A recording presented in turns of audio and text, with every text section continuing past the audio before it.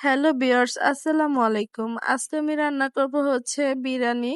তো বিরিয়ানি রান্না করার জন্য কিন্তু আলুগুলোকে আমি প্রথমে ভেজে নিব। তো এগুলোকে কিন্তু আমি প্রথমে সিদ্ধ করে নিয়েছি। তারপরে কিন্তু এগুলোকে ছিলে এখন আমি ভেজে নিচ্ছি। তো আলুটা ভেজে নেওয়ার পরে কিন্তু আমি মাংসগুলোকে ভেজে নিব। আর এই মাংসগুলো কিন্তু শুধু আমি লবণ দিয়ে ভেজে নিচ্ছি। আর পিসগুলো কিন্তু আমি ছোট ছোট করে কেটে নিয়েছি। তো বিরিয়ানি রান্না করার জন্য কিন্তু মুরগির মাংসগুলোকে আমি একটু ভালো করে ভেজে নিব। তো দেখতেই পাচ্ছেন আমি মাংসগুলোকে কিন্তু লাল লাল করে ভেজে নিয়েছি। তো আমার ভাজা হয়ে গেছে, এখন এগুলোকে আমি তুলে নিয়েছি।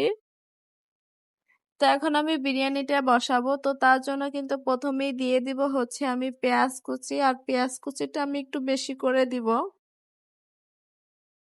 তো পেঁয়াজ কুচিটা দেওয়ার পর এখানে আমি তেল দিয়ে পেঁয়াজগুলোকে ভালো করে ভেজে নিব। তো দেখতেই পাচ্ছেন আমি কিন্তু পেঁয়াজটাকে একদম লাল লাল করে ভেজে নিয়েছি। এখন এর মধ্যে দিয়ে দেব হচ্ছে তেজপাতা, এলাচ, দারচিনি।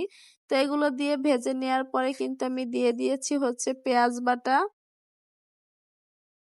তো পেঁয়াজটাকে দেওয়ার পরে কিন্তু আমি একটু ভেজে নিয়েছি। এখন দিয়ে দিব হচ্ছে আদা বাটা। আদা বাটা দিয়েও কিন্তু আমি ভালো করে একটু নেড়ে চেড়ে একটু কষিয়ে নিব। তো আমার মশলাটা কষানো হয়ে গেলে এখানে আমি দিয়ে দিব হচ্ছে ধনিয়ার গুঁড়ো, আর দিয়ে দিব হচ্ছে জিরের গুঁড়ো। তো এগুলো দেওয়ার পরে কিন্তু আমি একটু পানি দিয়ে আবার একটু মশলাটাকে ভালো করে নেড়েচেড়ে মিশিয়ে নিব।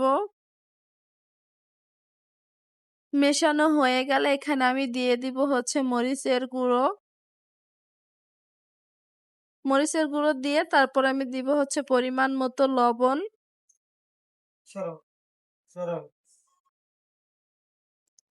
তো এগুলো দিয়ে কিন্তু আমি আবারও মশলাটাকে ভালো করে নেড়েচেড়ে একটু কষিয়ে নিব।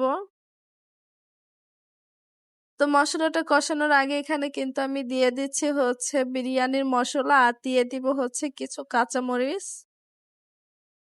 এগুলো দিয়ে আমি ভালো করে একটু কষিয়ে নিয়েছি। এখন ভেজে রাখা মুরগির মাংস এবং আলুগুলো দিয়ে দিব। তো এগুলো দিয়ে কিন্তু আমি মশলার সাথে ভালো করে আবার একটু নেড়েচেড়ে মিশিয়ে নিব। তো কিছু সময় এভাবে আমি একটু পানি দিয়ে কষিয়ে নিব। তো ঢাকনা দিয়ে আমি কিছু সময় মাংসগুলোকে কষিয়ে নিয়েছি, আর আমার মাংসটা কিন্তু প্রায় কষানো হয়ে গেছে। এখন এর মধ্যে আমি দিয়ে দিব হচ্ছে পোলাওয়ের চাল।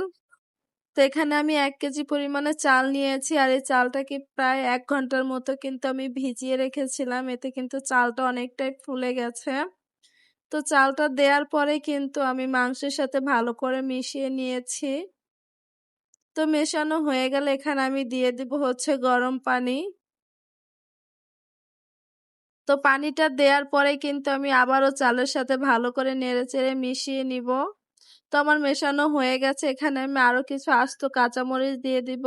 কাঁচামরিচটা দেওয়ার পরে কিন্তু আমি বাকি যে বিরিয়ানির মশলাটা ছিল সেটা দিয়ে দিব। তো দেওয়ার পরে কিন্তু আমি চালের সাথে আবার একটু নেড়েচেড়ে মিশিয়ে নিব।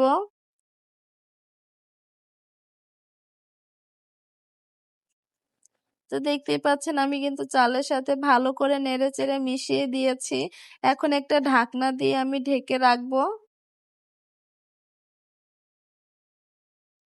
তো ঢাকনা তুলে এখন আমি আবার একটু বিরিয়ানিটাকে নেড়ে চেড়ে দিব।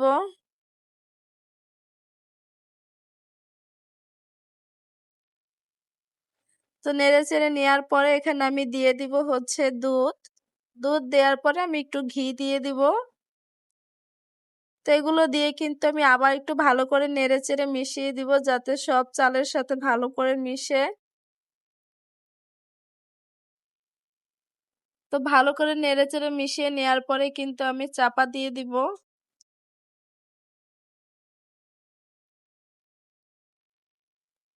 তো দেখতেই পাচ্ছেন আমি কিন্তু চাপাটা খুলে এখন আবার একটু নেড়ে চেড়ে দিব। তো আমার বিরিয়ানিটা কিন্তু রান্না করা হয়ে গেছে, এখন এটাকে আমি নামিয়ে নিব।